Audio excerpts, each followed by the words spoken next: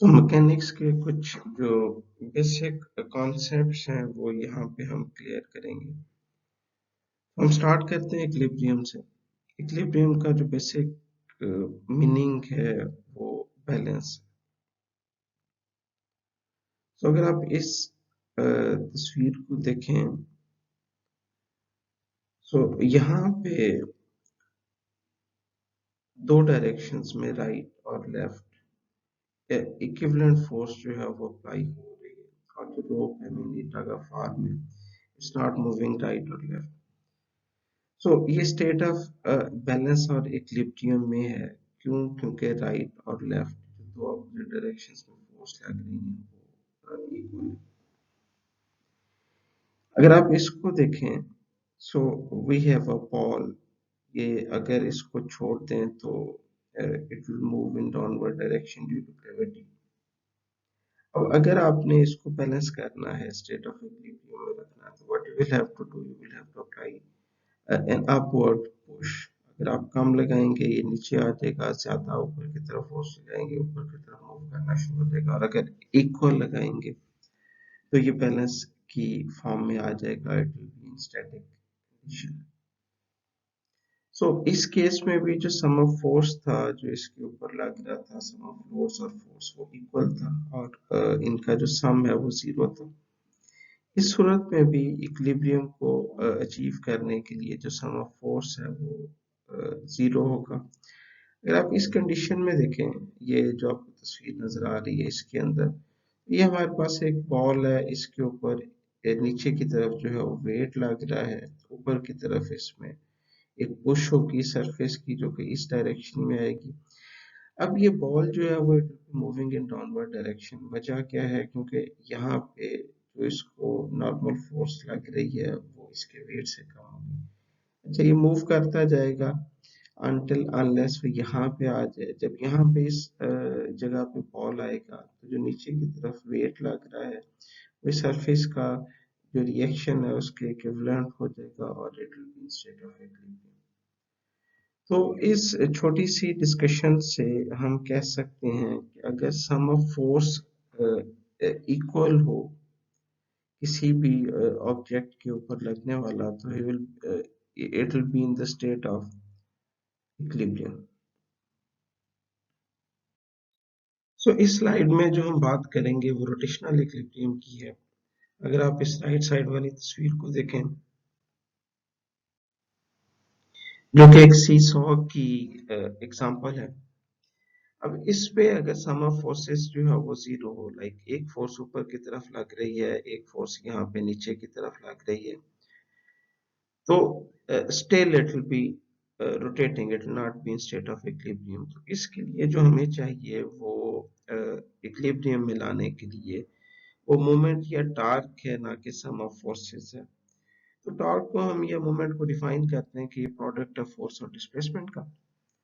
सो अगर इस साइड पे फोर्स और डिस्प्लेसमेंट जो डिस्टेंस है, सॉरी 10 फीट, अगर आप इसको फोर्स के साथ मल्टीप्लाई करें और same we do at the other side, तो दोनों का जो प्रोडक्ट है वो इक्वल आएगा, और दोनों डिफरेंट डायरेक्शंस में इसको रोटेट करवाने की कोशिश करेंगे। Like at right side it will be trying के जो ये सीसॉ है ये क्लॉकवाइज डायरेक्शन में मूव करे, और ये जो है वो इसकी ट्राई होगी कि इसको एंटी क्लॉकवाइज डायरेक्शन में रोटेट करवाए। तो इसका मतलब है कि जो टॉर्क है वो दोनों इसके ऊपर जो लग रहे हैं they are equal and in opposite direction. In that case it will be in state of equilibrium.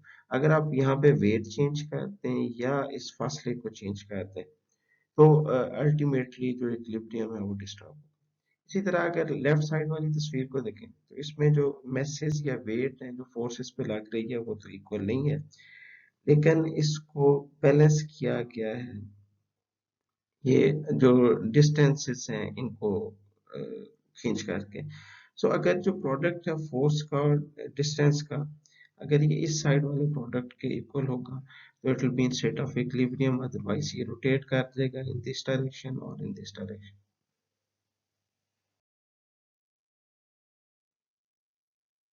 So, in brief, mathematically, we can say that a body will not be moving or translate along a path if sum of all forces acting on that body is equal to zero.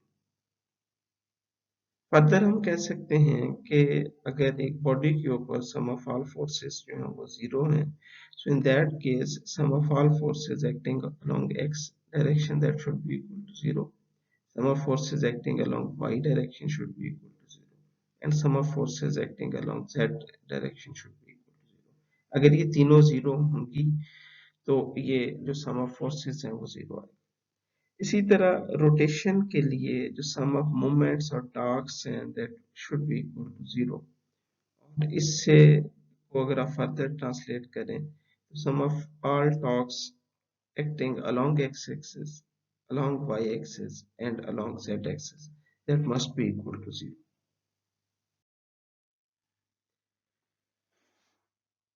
Next जो concept है वो stress, normal stress और shear stress का है। Stress can be defined as the ratio of force applied on an object divided by the area। और जब भी हम स्ट्रेस अप्लाई करते हैं तो देयर इज अ स्ट्रेन, जिसको हम डिफाइन करते हैं कि जो चेंज है डिवाइडेड बाय जो भी उसमें ओरिजिनल उसकी डायमेंशन है। अगर आप इस ऑब्जेक्ट को देखें तो इस पे वन एक कंप्रेशनल फोर्स है और टू जो है वो एक्सटेंशनल फोर्स है, और ये दोनों का जो एंगल बन रहा है इसकी सरफेस या एरिया के साथ वो 90 डिग्री का बन रहा है। तो ऐसी स्ट्रेसेस अगर आप इस फोर्स को एरिया से डिवाइड करें तो you will get a value of stress. ऐसी स्ट्रेस जो कि एक्ट कर रही है at 90 degree to the surface, इसको हम नॉर्मल स्ट्रेस कहते हैं। इट मे बी अ पुल और अ पुश। अब इस स्ट्रेस से जो चेंज आएगी it may be like this, अगर आप इसको कंप्रेस कर रहे हैं, और अगर आप इसको एक्सटेंड कर रहे हैं तो इन दैट केस ये इलोंगेट हो जाएगा, इसकी जो लेंथ है वो इंक्रीज हो जाएगी। जो shear स्ट्रेसेस हैं वो ऐसी स्ट्रेसेस हैं जो कि एक्ट करती हैं पैरेलल टू द सरफेस, और इसकी वजह से जो डिफॉर्मेशन है उसमें क्या है कि एक सरफेस दूसरे के कंपैरेटिवली स्लाइड कर जाती है। सो मेनली ये जो स्लाइड है इसको हम ये जो एंगल बन रहा होता है इससे डिनोट करते हैं जो डिफॉर्मेशन होती है, और उसको हम shear स्ट्रेन कहते हैं। तो shear स्ट्रेस होगी force applied tangential to the area divided by the area, और ये जो इसके अंदर चेंज आएगी ये मेनली टेंजेंट ऑफ थीटा होती है जिसको हम shear स्ट्रेन कहते हैं।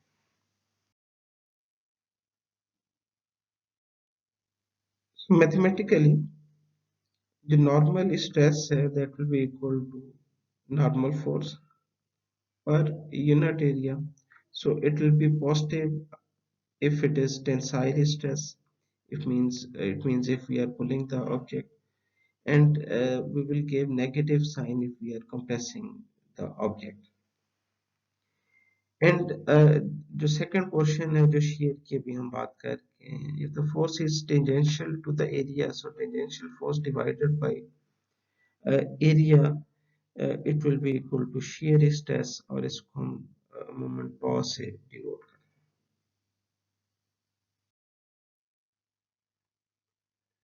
हैं। नेक्स्ट हम briefly we will be going through material behavior।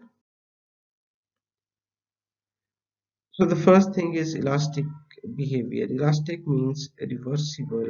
For example हमारे पास ये एक इनिशियल पैच है ऑब्जेक्ट का, इसके अंदर जो है ये मॉलिक्यूल्स हैं। जब इसके ऊपर हम फोर्स लगाते हैं और ये फोर्स इस पे नॉर्मल फोर्स आ जाएगी, और इसको हम elongate कर रहे हैं, so there will be a deformation, ये स्ट्रेच हो जाएगा, elongate हो जाएगा।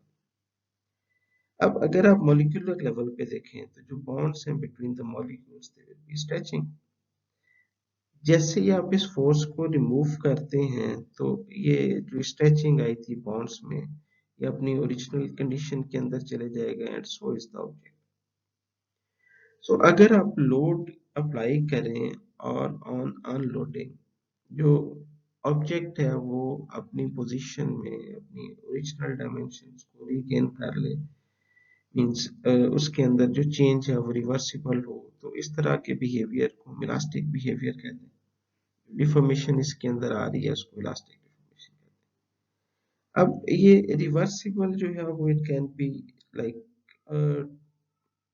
इन टू वेज। अब फोर्स अप्लाई की, यहाँ पे डिफॉर्मेशन हुई। पहली बात ये है कि ये फोर्स और ये जो यहाँ पे डिफॉर्मेशन हो रही है, इसका जो ग्राफ है वो स्ट्रेट लाइन है। इससे क्या मुराद है कि जैसे जैसे आप फोर्स बढ़ाते जाएंगे उसी प्रोपोर्शन से जो डिस्प्लेसमेंट है वो जो डिफॉर्मेशन है वो इसमें बढ़ता जाएगा। और इसी तरह से जब आप वापस छोड़ेंगे तो उसी तरह से उसी प्रोपोर्शन से ये वापस आ जाएगा। सो अगर फोर्स और डिस्प्लेसमेंट ये यहाँ पे जो डिफॉर्मेशन हुई है इसके दरमियान जो ग्राफ है वो स्ट्रेट लाइन, तो इस बिहेवियर को हम लीनियर इलास्टिक बिहेवियर कहते हैं। और अगर ये स्ट्रेट लाइन ना हो तो हम इसको linear non linear elastic behaviour कहते हैं। Elastic means reversible, it can be linear elastic और it can be non linear elastic.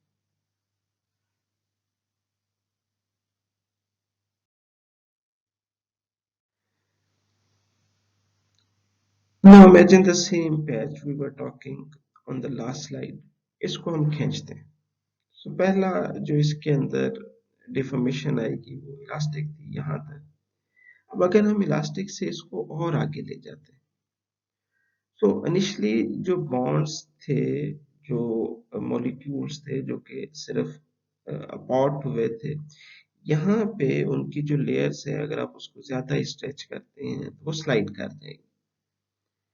और जैसे ही आप इसको छोड़ेंगे तो ये कंप्लीटली वापस नहीं आएंगे, ये मॉलिक्यूल्स जो है वो आपस में ट्रैप कर जाएंगे और इसके अंदर एक परमानेंट डिफॉर्मेशन जो है वो रह जाएगी। इस परमानेंट डिफॉर्मेशन को हम प्लास्टिक डिफॉर्मेशन कहते हैं और जो वापस आ जाएगी वो अल्टीमेटली इलास्टिक है।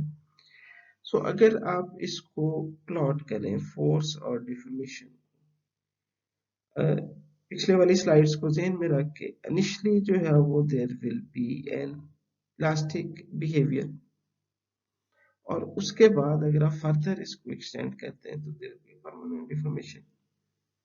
अगर आप उसको छोड़ते हैं, दोबारा रिलीज करते हैं, अनलोड करते हैं, कुछ पोर्शन वापस आ जाएगा। In general it's equivalent to plastic deformation, और ये पीछे रह जाएगा जो कि प्लास्टिक डिफॉर्मेशन के। सो प्लास्टिक की जब भी हम बात करें तो प्लास्टिक मींस परमानेंट, यानी कि ऐसी डिफॉर्मेशन जो कि इसके अंदर परमानेंट आ गई। Next is definition of engineering stress and true stress, as well as engineering strain and true strain.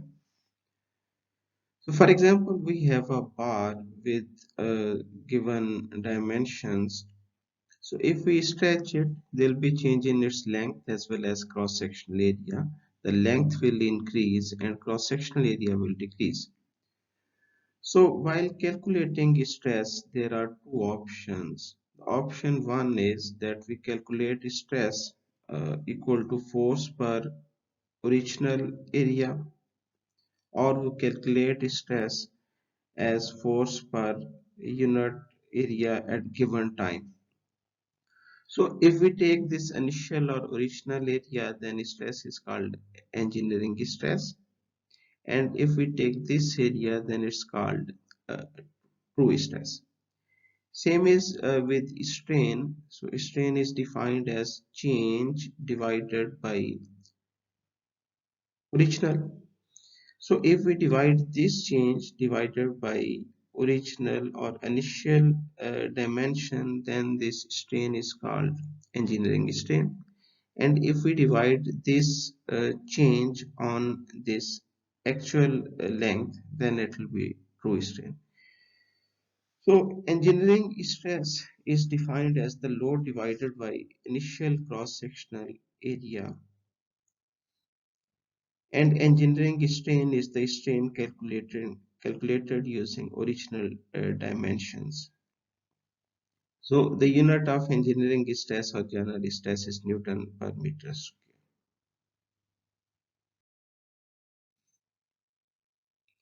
So here comes the definition of true stress and true strain. True stress is defined as the load divided by the actual cross-sectional area of the specimen at that load. And a true strain is the strain calculated using actual and not the original dimensions. So the relation between true stress and true strain, it can be seen from this diagram.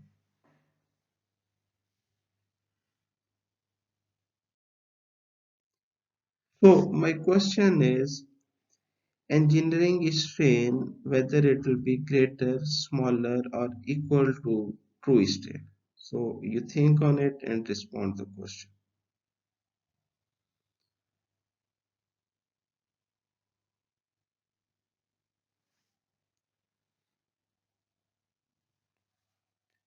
So the answer is, it depends on the stress mode. For example, in compression mode, the engineering strain will be smaller than the true strain, and in the tensile mode, the engineering strain will be greater than the true strain.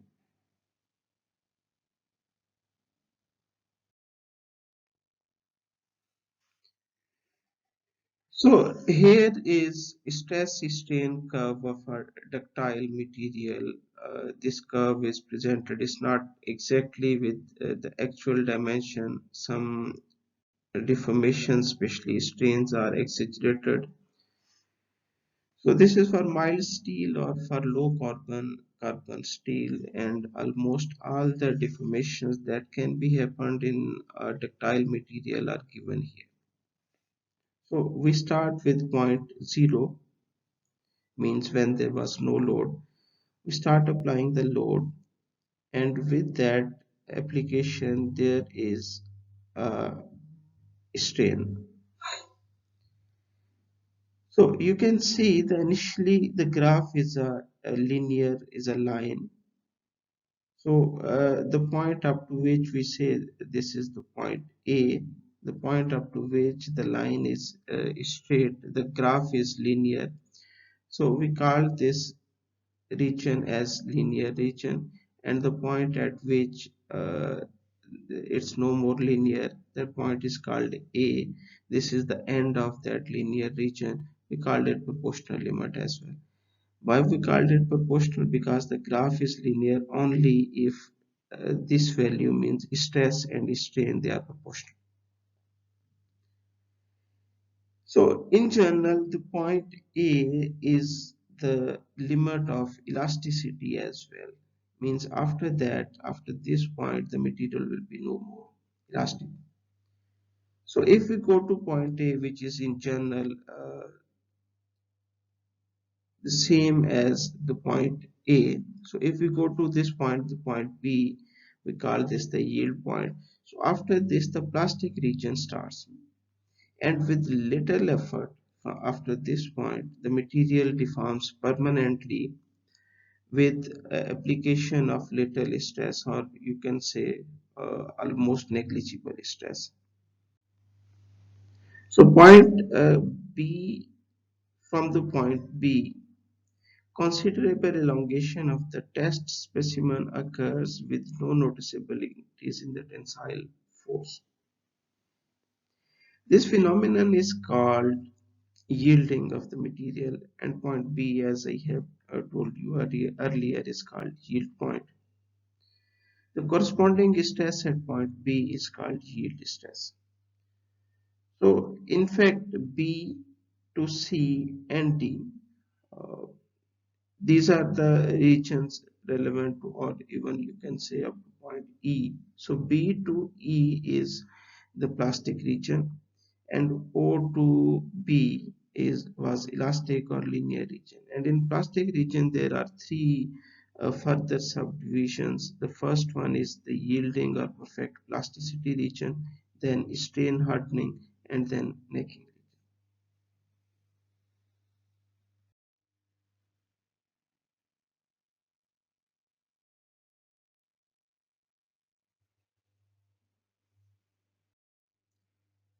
As I have told in the last slide, that point B to point C, the material deforms with little effort.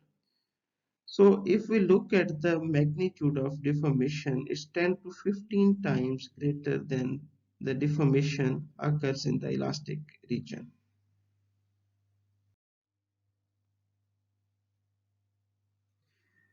So after the point C, when the material has gone through a large deformation, means after the yielding point, the material begins to strain harden.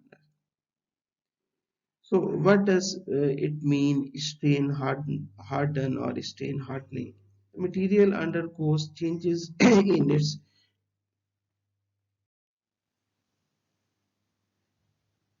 its crystalline structure, resulting in increased resistance of material to further deformation. It means further elongation of the specimen. It requires an increase in tensile load, and therefore stress strain curves has a positive slope from C to D. So if we look at complete curve up till now, so initially we applied the force up to point A. So we are in elastic region. If we remove the load, the material will go into its original position. Then once we are out of elastic region, there is a deformation with the application of a little force. It means from this point, the molecular layers they started to slip with respect to each other without application of little force. So this phenomena is called yielding. At point C, somewhere at point C, the molecules they rearranged themselves and they started to resist the applied load. It means for further deformation, we need to apply more load.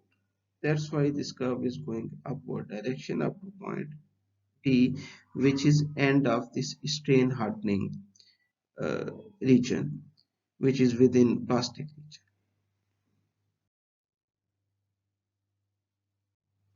So at point D, the value of stress is maximum. So this value of stress is called ultimate stress. So if we apply further load from the point D, the material start thinning in general from the middle of sample. So this process is called necking, which ends at fracture. Here it's denoted by point D. So in fact, this curve, the solid line curve is for the engineering stresses.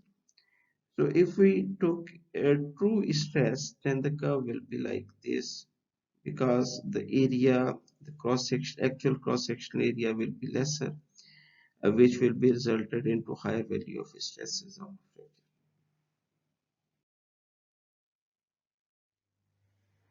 So the curve we have seen at last slide. In fact, this is the curve of a ductile material. And for explanation, we have almost added all the phenomena that can occur during application of stress. So here are some real-time examples. The first one is for carbon epoxy composite. So we started applying stress. There are 5 samples. It's going straight, means we are still in linear region, elastic region, and there is breakage. So it means there is no plastic region, there is no necking, there is no stain hardening. In for the case of this carbon epoxy composite, so material is brittle, there is no plastic deformation, there is only elastic and linear elastic region or linear elastic region, and it leads to breakage. So let's go to next. This is a stress strain curve of polypropylene which is filled with calcium carbonate filler. So this one is PP And then we have curves with 5%, 3, 5, 7, and 10% of the film. So if we look at the curves, there are apparently two regions, straight and then it bended. So the first one is the linear or linear elastic region. You can say that it's up to here. So here will be proportional or elastic limit, and from that point we will have the yield point as well. Then this portion is in fact the plastic region. It's very difficult to differentiate necking, strain hardening, and the yielding phenomena from this curve. So we can say that after elastic there is plastic and then there will be fracture. So this will be ultimate tensile stress. Here it will be the proportional limit and the yield stress.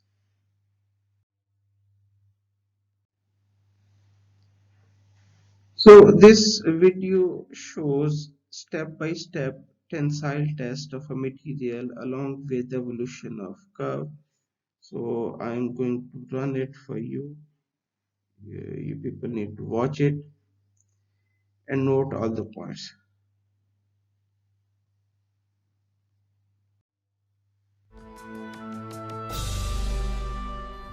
The tensile test. First test, material with yield point phenomenon. In the first tensile test, a plain carbon steel with yield point phenomenon is to be tested. This is the test piece. It has a cylindrical test region with an original diameter of 10 mm and an original gauge length of 100 mm. Within this test region, distance marks have been drawn at regular intervals. They help to visualize and measure the plastic behavior of the specimen. Using a hand control, the tester moves the upper crosshead into its correct starting position. Now he can place the threaded ends of the test piece in the lower and upper grips of the testing machine.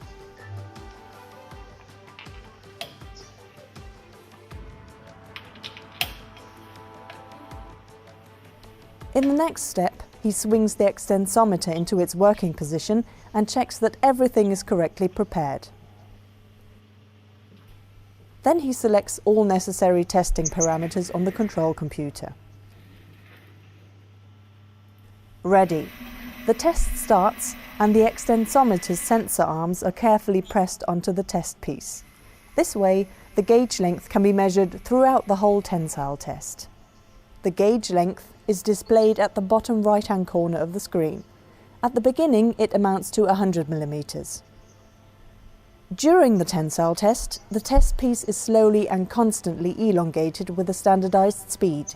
The force that the test piece opposes to the imposed elongation is recorded and can be seen at the bottom left-hand corner of the computer display.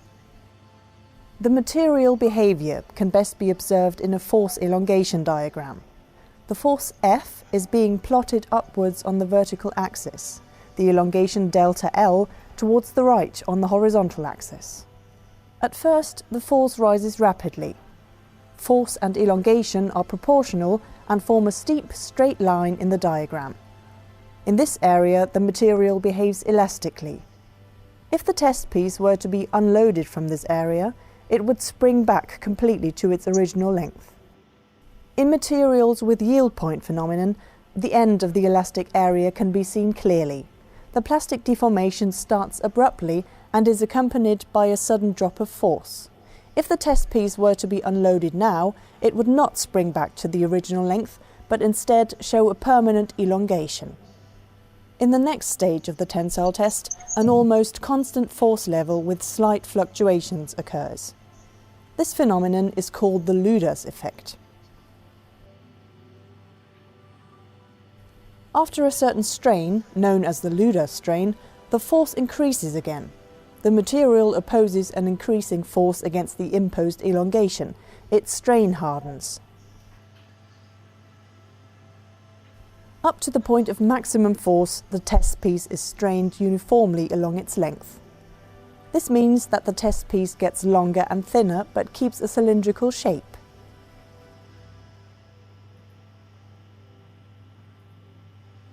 As soon as the maximum force is reached, a neck begins to form at one point of the test piece. All further plastic deformation now only takes place at the neck, and eventually the test piece fractures there.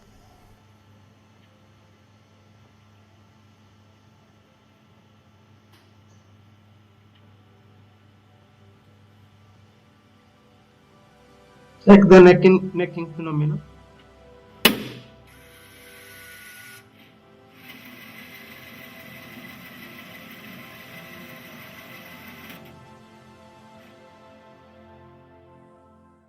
In the recorded force elongation diagram, the force FEH at the upper yield point can clearly be seen. This is the highest force the test piece can sustain elastically. FEL is defined as the force at the lower yield point, Fmax as the maximum force. Using these forces, the strength properties of materials can be calculated. The upper yield strength REH is calculated by dividing the force FEH by the original cross-sectional area S0. The lower yield strength REL is defined in a similar way. The maximum force divided by the original cross-sectional area is called tensile strength Rm. In the last step, the tester swings the extensometer back into its resting position and removes the broken test piece.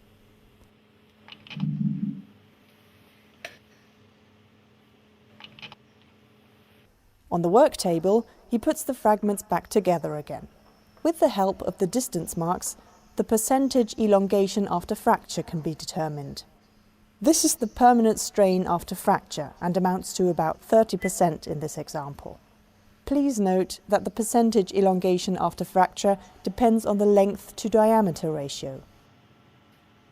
By measuring the smallest diameter at the point of fracture, the percentage reduction of area can be calculated.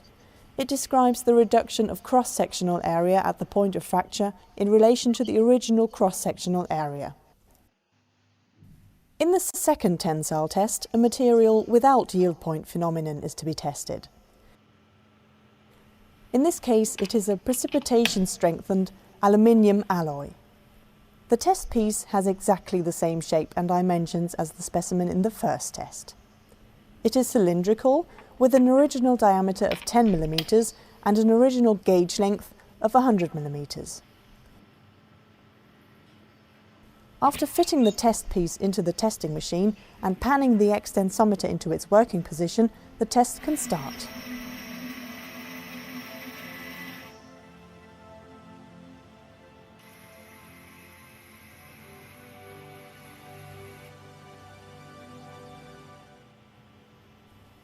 The initial linear curve in the force elongation diagram again shows the elastic behavior of the material.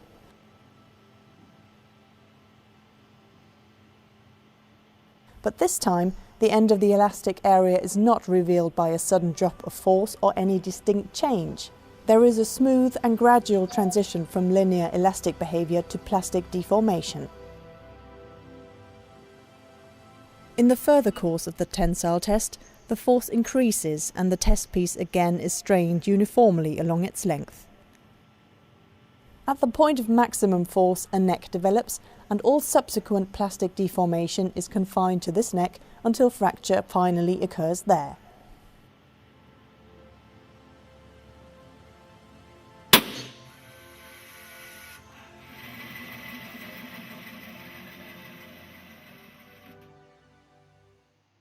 As a common substitute for the yield strength, the 0.2% proof strength is used. It is the stress that causes 0.2% of plastic deformation in the material. And this is the way to calculate it. First of all, the elongation that corresponds to 0.2% of strain has to be computed. For an initial gauge length of 100 mm, the result is 0.2 mm. In the force elongation diagram, a straight line parallel to the elastic line is drawn through the offset point of 0.2 mm of elongation. The force at the intersection point of the offset line with the force elongation diagram is designated as Fp 0.2. This is the force that causes a plastic strain of 0.2%. The 0.2% proof strength, RP 0.2, is equal to FP 0.2 divided by the original cross-sectional area S0. Tensile strength, percentage elongation after fracture, and percentage reduction of area are calculated in the same way as in the first test.